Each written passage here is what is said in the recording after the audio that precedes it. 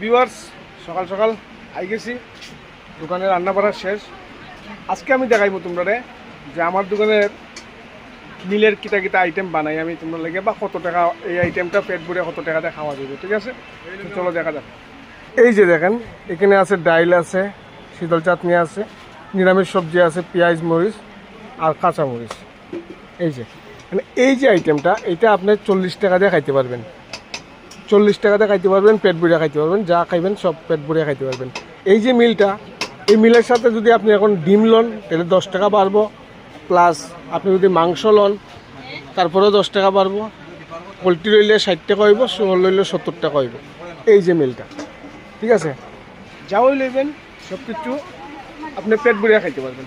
আর যদি আপনি এক্সট্রা মাংস নিতে চান তাহলে এক্সট্রা মাংস আপনি এক্সট্রা চার্জ দিতে হইব। আর এই যে মিলটা আমি দেখাইছি এখন বর্তমানে, এই মিলটা আপনি নিরামিষ মিল যেটা, এটা 40 টাকায় আপনি পেট ভরে ভাত খাইতে পারবেন।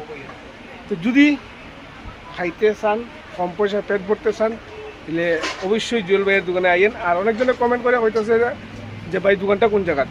দোকানটা তো ভাই আগের জায়গাতেই, কাঞ্চনপুর, ঠিক আছে? কাঞ্চনপুরে আর যে কোনো কেউ কইলেইব যে জুয়েল ভাইয়ের দোকান কোনটা, আশা করি সবাই দেখাই দিব। তো দেরি করেন না, সবাই এন তাড়াতাড়ি, ঠিক আছে? Tata bye bye.